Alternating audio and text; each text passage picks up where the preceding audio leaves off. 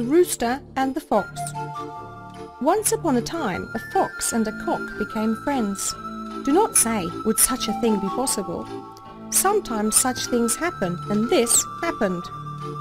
The cock itself asked the fox to be its friend. When the cock put its mind onto his beak and dried it under the sun, it thought of suggesting this offer. The fox was both clever and cunning. "This cannot be possible," he said shrewdly. "I am a fox. You are a cock. Our friendship would be soiled." The cock insisted and insisted on becoming friends with the fox. Having no other choice, the fox accepted this offer. "All right then," he said. "May Allah make us reach a good result. My mind is not very convinced, but as you want it so much, let us try." They set off on a journey together. They were passing through a wheat field.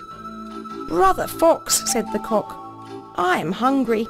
How nice it would be to eat a few of those golden wheats and paw the soft earth and scratch and scrabble around." The fox gulped. He sieved the words that came to his mind through 9 nodes of his throat. Then he started to talk at last. "Well, I'm hungry too, but I wish you wouldn't remind me of my hunger, my friend.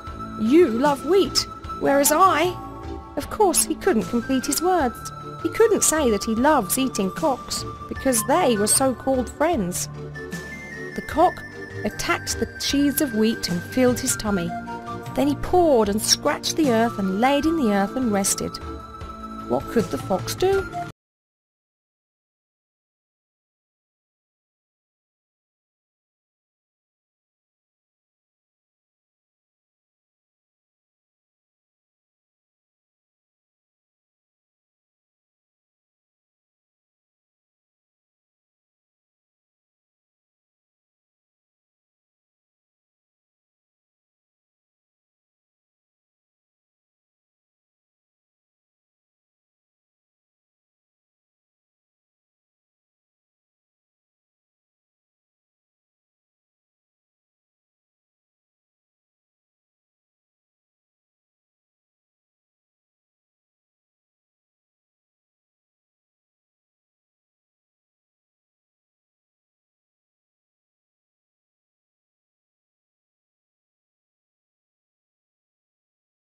His anger deep into his heart and tried again to sleep.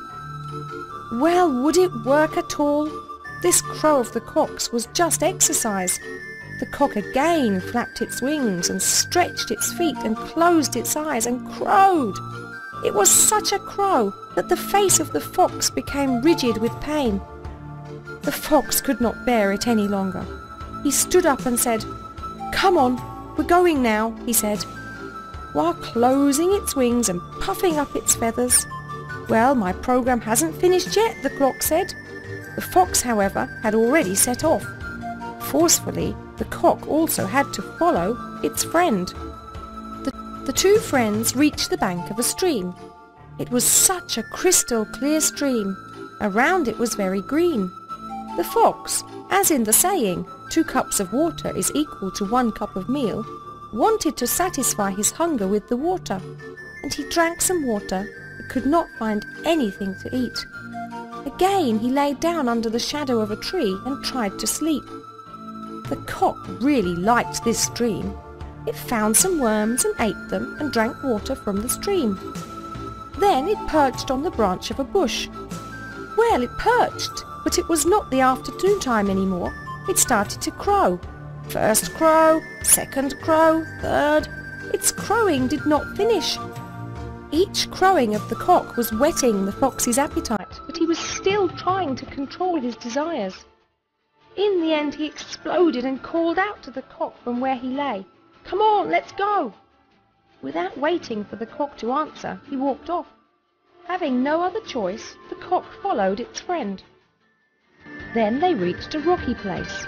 But it was nearly evening time. The fox laid on his rumbling tummy. "Let us spend the night here, my friend," he said. The cock again found something to eat and perched on a stone. The fox was observing the cock secretly and was licking his lips, but was patient when he remembered that they had given the oath of friendship. On the other hand, he had become wretched from hunger. "Look, Cock, my friend," he said honestly, "I love eating cocks. There are two meals that I really like. One is poultry, the other is grapes. I am very hungry now. I will try hard to sleep. Please never ever crow out loud. If I wake up, I will not be able to bear it any longer and may eat you." Just as the cock was falling asleep, since you cannot change people's natures, the cock started to grow, and this brought about its end, while the fox fell into a deep, peaceful sleep, licking its mouth from the cock. Only a few feathers and quills were left on the ground.